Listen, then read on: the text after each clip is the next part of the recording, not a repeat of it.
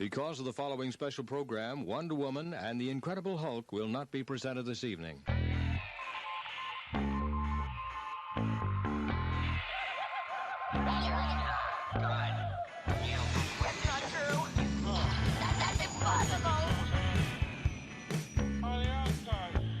It's time to get all your Star Wars news in a single file.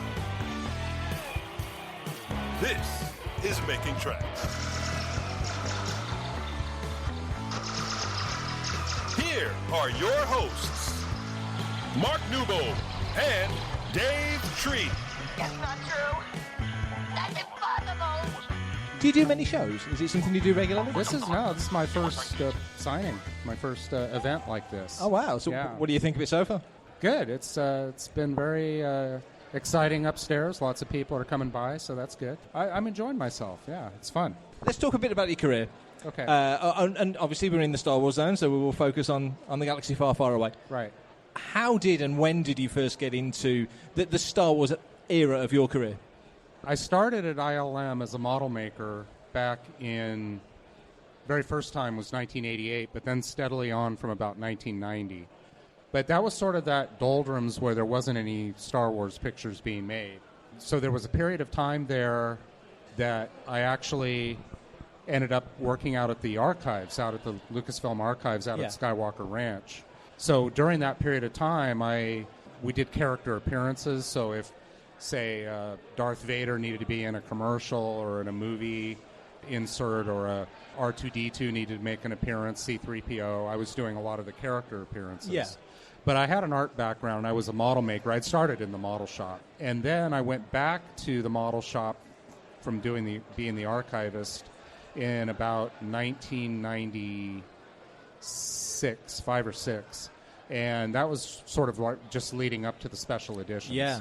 But when I came back to the model shop for a while, I was the assistant manager of the model department, which was a lot less hands-on. Yeah. Didn't that satisfy your creative? Nah, it didn't really. I mean, it was okay. I knew I was contributing, but I couldn't really wait to get back to the point of actually making stuff. So for Phantom Menace, I kind of helped Steve Gawley, our chief model maker supervisor of Phantom Menace, then later got more involved in the making of Attack of the Clones and Revenge of the Sith. Yeah. But I kind of skipped right over the special editions. Special editions, I got to do several characters myself. So how did that come about? Well, off the back of the other appearances? Probably because of my connection with the archives and with Don Bees. Yeah.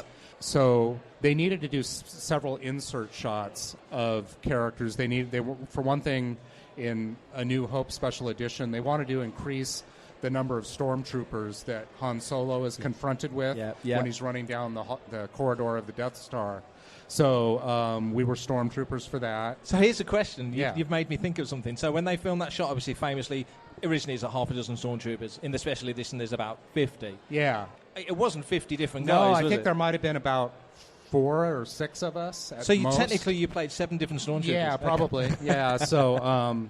they digitally reproduced us over, and same thing with, I was also an Imperial officer up in the background, like in the control area, and again, I probably was digitally reproduced more than once, I'm not sure. So I did that, and then I was a Rhodian musician in the, what they call the Jedi Rock sequence. Yeah. So we kind of kicked the whole number off with the horn section. And again, that's Don Bees and myself. Yeah. And then they had a couple of insert shots. Don did the Boba Fett where he taps the dancer on the cheek.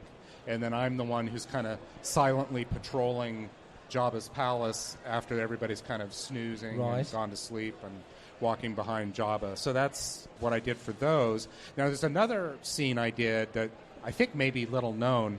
You don't see my face, but in Star Wars A New Hope, when Luke is going to board the X-Wing fighter, George wanted to tweak a little. He wanted to shorten, I think, a little bit of the dialogue between he and his friend Biggs or something. And so R2 is being lifted into the X-Wing behind us.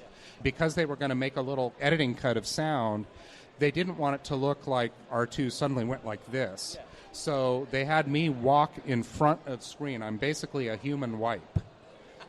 A human wipe. I'm in a brown jumpsuit with a hose coiled over my shoulder, walking across screen and providing an editing moment. So So you're a human wipe? I'm a human wipe, yeah. Hi, I'm Neil Ellis, and I get my Star Wars news from Panther Tracks. So, when these opportunities came along, how did they specifically come to you? Obviously, Don famously wrote to the archive. Yeah. The process, get that crew, get that team. Yeah, I think because both Don and I had been archivists, we had a lot of familiarity with handling the costumes and being in costume ourselves. Yeah.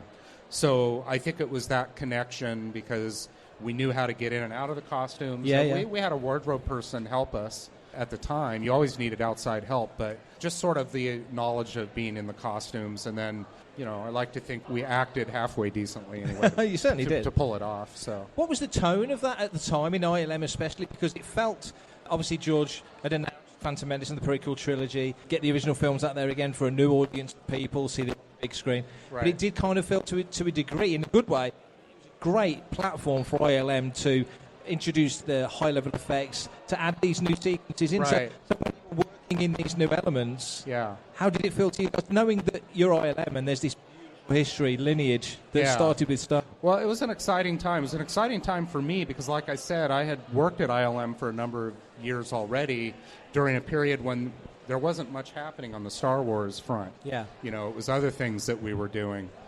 So when the special editions came along, it was very exciting. And then with that knowledge that on the heels of the release of those, we were going to be launching a whole new series of episodes. Yeah.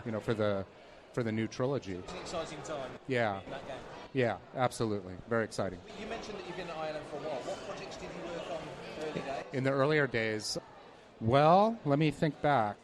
There was a movie that I actually appeared on screen, another opportunity to have an on-screen moment that I don't know, maybe, I don't think a ton of people saw, but it was called Fire in the Sky. Yeah. And it was an alien abduction film about a guy, it's based on a true story, about a guy in Arizona that gets abducted and taken up in a spaceship. And when D.B. Sweeney plays the main actor in that, and he was a bit claustrophobic, and there was this whole long scene where the character is going to have to be put on a table under a rubber sheet and operated on by the aliens. And so I looked enough like him in terms of skin tone, body hair color, eye color, that they said, hey, how about you? So I got to do that, and that was a long sequence of not needing to genuinely act as much as be terrified, because it was terrifying being under this rubber sheet and having alien arms doing their thing on me. So there was that, but let me think, what else did we work on in that period? And there was a long period in that time where I was also the archivist, so I wasn't really working on films. It seems like I had a bigger career with working on films as a model maker sort of after I came back from the archives. Okay, yeah. So one of the things I always enjoy talking to you guys is that the hands-on element of problem solving. So I spoke to Lorne Peterson recently, and we talked about, Wild Wild West, when you got to figure out how to make the boulders fall over. Is that something that you always found interesting, working as a model maker as well? It's got to fit in, it's got to be a part of a massive jigsaw. Do you find that part of it interesting to do?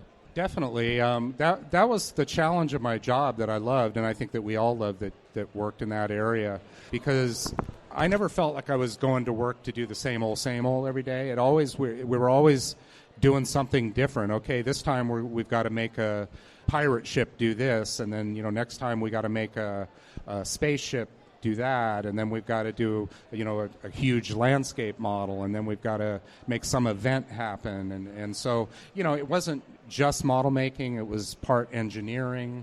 A lot of technical stuff went into it too, and of course that goes beyond even the scope of we model makers. I mean, a lot of times some of our amazing riggers and stagehands and things like that don't get the credit they deserve, but they did an amazing job on a lot of that stuff as well to make that all happen. So you say you went from the special edition era up to Phantom Menace, obviously, which was massive in terms of model making. I think it wasn't that bigger than the original trilogy combined.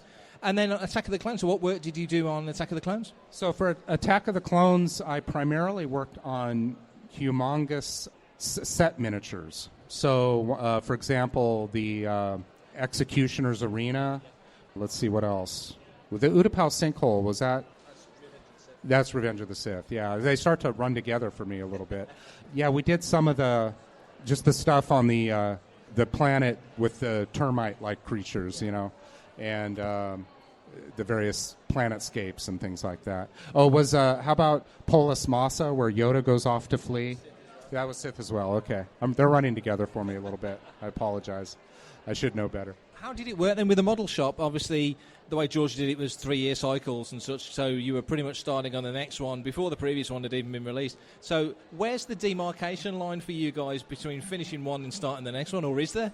Typically for the model shop, I mean, I think there was some overlap in some of the creative departments, the art department and so forth, but for the model shop, we really didn't overlap in terms of our work. I mean, when we were working on Attack of the Clones, we were working on Attack of the Clones, and then there was typically maybe a 6-month break or something, and then we would start working on Revenge of the Sith or that type of thing. So, yeah. I suppose in that instance, each individual film is essentially its own production company, isn't it? So you've got to have that break-off point. Yeah. So what of that era then, because the prequel era visually is just so beautiful, what interested you the most? What made you the happiest when it came out on screen of the work that you did? You mentioned Utapau, and again, that's a beautiful, beautiful piece of work. Right. I was very proud of how the Utapau sinkhole came up. There were 4 sculptors primarily that worked on that, and I was one of them. Also, the Executioner's Arena, we had a bigger team of sculptors on that. You know, that made me pretty happy too. I guess we show certain proclivities, and you kind of end up getting I wouldn't say pigeonholed is quite the right word, but, you know, because you do something well in a certain instance, you kind of get asked to do that again. And so I ended up doing a lot of foam carving for some of those sets. And although we did a lot of clay detailing as well on the Utapau sinkhole, for instance.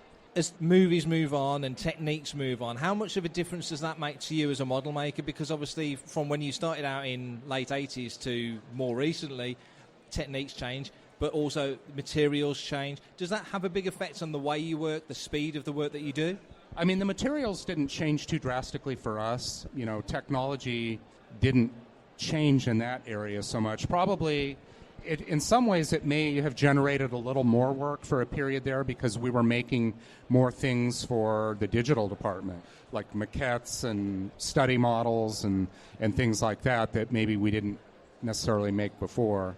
But for us, the materials tended to stay roughly the same throughout the process. Hi, this is Steve Grad from Beckett Authentication, and I will tell you what, I approve and I authenticate Fantha tracks, and you should too. That's an interesting thought. You say study models. So is there an awful lot of work that you do that we, or certainly people that go to the cinema, would never see? Right. Yeah, I mean, again, using the Executioner's Arena from Attack of the Clones as an example, we made a study model that kind of came together as like a jigsaw puzzle. That way they could sort of set it up, open up pieces of it, see how camera perspectives would look, and that sort of thing. I think I just remembered, unless I'm mixing movies again, that I also worked on some of the building miniatures from Dexter's Diner and some of those street scenes and that sort of thing. So that's quite significantly stylistically different. I mean, that's got that 50s retro. Lucas loved all that, didn't he? You know, that 50s retro look compared to the dugout holes of Geonosis and places like that. Yeah. That must be fascinating to mix it up and do these different things. Yeah, it is, and that's again the part I loved about the job was that it was always different. You know, it was always different to go from making very clean models, you know, buildings and that sort of thing, versus, like you say, very organic landscapes that look like kind of dugout holes, as you said, that kind of thing, caves and such, things that look like they've been made by termites. It was very different. So I noticed when I did my research that you had a hand in operating R2-D2 at certain junctures. Yeah, I did. I believe that I may have only operated R2 for one scene in one of the movies. It was one of the, I want to say it was maybe Attack of the Clones, where R2 is going across a battlefield, maybe after the Jedi have all fallen or something. It was just a barren scene. But I did a lot of R2-D2 handling and operating for live appearances and for some commercials and special appearances and that kind of thing. Yeah, I enjoyed it a lot. It was always, it could be a little nerve-wracking at times, just because logistically you had to be, you know, I mean, there were some big profile appearances where I had to operate R2. For example, like the Oprah Winfrey show when she had all the special appearance guests there, and situations with George when George was getting his star on, you know, the Walk of Fame, Hollywood, that kind of thing. So it can be a little nerve-wracking because you want to make sure it's live. There's no redo. You can't do. It's not like take two, you know. And I noticed also at Lucasfilm related still that you worked on Crystal Skull. You worked on Indiana Jones and the Kingdom of the Crystal Skull? And that was another big foam carving thing where I did the temple, the old temple, the pyramidal shape. We had, I don't know, maybe a crew of about 8 or 10 of us carving and detailing for a number of weeks. Again, another big return, like the special editions was return of Star Wars before the prequels. Indy, big return there. And again, that was a pretty big model job as well, wasn't it, on Crystal Skull? Yeah, I mean, I can't recall exactly what else we all worked on during that, but our main contribution was the temple. At ILM, they did or actually, I don't know if it was ILM. We might have been Kerner Optical by then.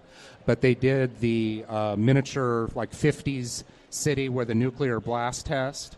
So they had, basically an empty city with just houses and cars and, all that kind of thing. And so they did quite a big set with that. I'm Anthony Daniels, and you are listening to Fantha Tracks. Well done. So if you look back at the career that you've had as a model maker specifically, and it's always moments, which moments in terms of the work that you did on set that got presented to the director, and then on screen when all the other elements are added with the music and all the other bits, which moments would you look at and go, yeah, we really nailed that one?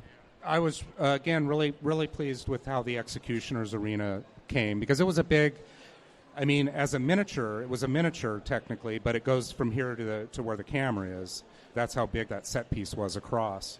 And I thought it read really well on film, and we pulled that off very well. Same thing with the Utapau sinkhole. That was about 16 meters deep, and it was made in sections, and we actually put it on its side on stage to be able to film it, and they would drive a motion control camera down the middle of it to get the sequences in there. So those two stick out. From concept to delivery, what sort of timescale are you looking at? Well, for models of that scope, like the Utapau sinkhole and Executioner's Arena, from concept when we get some two-dimensional art from the art department and start planning it, and then we have to build a frame, a structure to accept the detail parts that we're going to carve on there, and then it finally goes to stage. It's anywhere from a 4 to 6 month stretch of time. So what occupies your time these days? Since we don't really do practical models and creatures in film anymore, there are several of us from the old model shop and creature shop have kind of spun off into a company known as Trauma Effects Solutions. It's not movie related. We make high-end trauma training mannequins primarily for the military. So these are mannequins that have maybe shrapnel wounds and maybe an amputated or blown off limb. They can bleed, they can breathe, you can take their pulse, you can intubate them. So these are tools for soldiers and combat medics and those sort of people to be able to save lives out on the battlefield. And so that's primarily what we're doing. And what was the inspiration for that? That's a fascinating step away from what you were doing before. I believe the way the story goes is that it was during the Kerner Optical period. And what happened was some people, maybe from the government, approached Jamie Heineman of Mythbusters fame and asked him about the feasibility of doing something like this. And, he was way too busy with his TV show and with Mythbusters, and he said, well, I can't do it, but I might know some folks who can. And so it came to Kerner Optical, and it was a Kerner Optical project during its development. As it started to get legs and work out, then eventually Kerner Optical wasn't working out financially, so that kind of went belly up. But this company formed to do these trauma dummies because they actually had a viability. Are you still based in the Bay Area? You're still in that part of the world? Yeah, I am. Still live in the North Bay. Love it there. It's home. It's where I grew up. So, yeah. And so you say this is your first convention, so is there hopes and plans to do more? Because I think there's a wonderful nostalgia for ILM, certainly from Star Wars fans, but beyond, obviously, Trek and Indy and everything else. And there's so many stories. Would there be a hope that you could get out there more and tell more stories? Yeah, I think so. I'm enjoying it, and I love that. I love the fact that there are so many fans and they held what we did in high regard, because I know we felt it was special at the time, and it's nice to know that what you're doing has kind of a lasting value for people.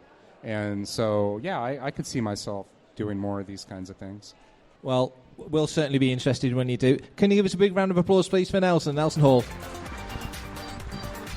Thanks very much. That's all for this special episode of Making Tracks. You can find us on Apple Podcasts, Google Podcasts, Stitcher, Android, Spotify, SoundCloud, TuneIn, iHeartRadio and Spreaker. If you want to find Fantha Tracks out there in the wild, you can find us on smart speakers such as Amazon, Alexa, Apple HomePod, Google Home and Sonos. We're also available in the car with Apple CarPlay and Android Auto, on gaming consoles and television. You can find us on Fantha Tracks TV, on YouTube or the Fantha Tracks app. And of course, you can drop onto the dedicated landing page for Fantha Tracks Radio on fanthatracks.com. We'll be back very soon, but for now, clear skies.